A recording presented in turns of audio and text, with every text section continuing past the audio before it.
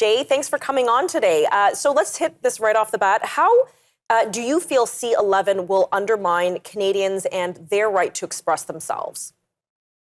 Well, I think the primary way that Bill C-11 is going to undermine Canadians' rights to express themselves online is that the government is planning to give the power to the CRTC to filter what we can say and see online and essentially decide what comes up first in our newsfeed and what's last in the newsfeed. And the same thing with streaming feeds. And so what that means is that the government's really going to be pushing what comes to the top of your feed, what you're most exposed to, what you're most likely to click on. And therefore, it will also bury essentially content that it doesn't promote. And so, we're all very concerned that what this will do is lead to more pro-government content at the top and potentially anti-government content down at the bottom.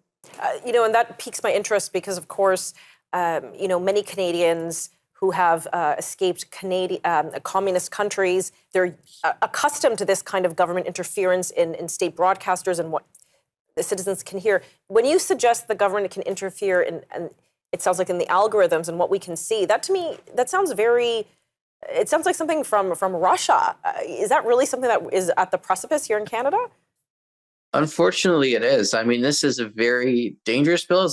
This is something we haven't seen in any other Western democracy, as we're seeing here in Canada. There are people raising alarms, sounding the alarm all over the country.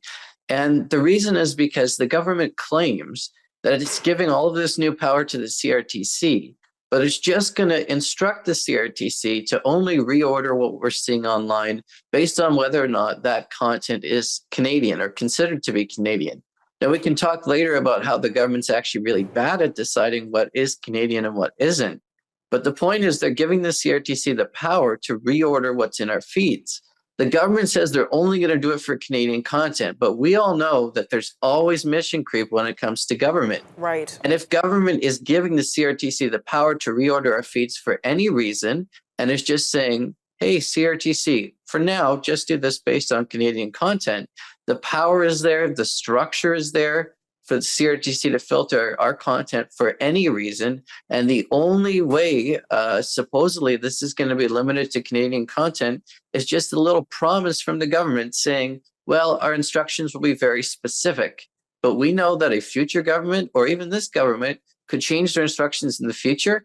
And if you give a government entity the power to do this, there's a very good chance that it can take up that power in the near future. My goodness. And to be clear, have those instructions or these alleged instructions they would pass on to the CRTC, have they been put in writing? No, and that's another thing that's very concerning. The government's just saying, trust us. We're going to give proper instructions for the CRTC.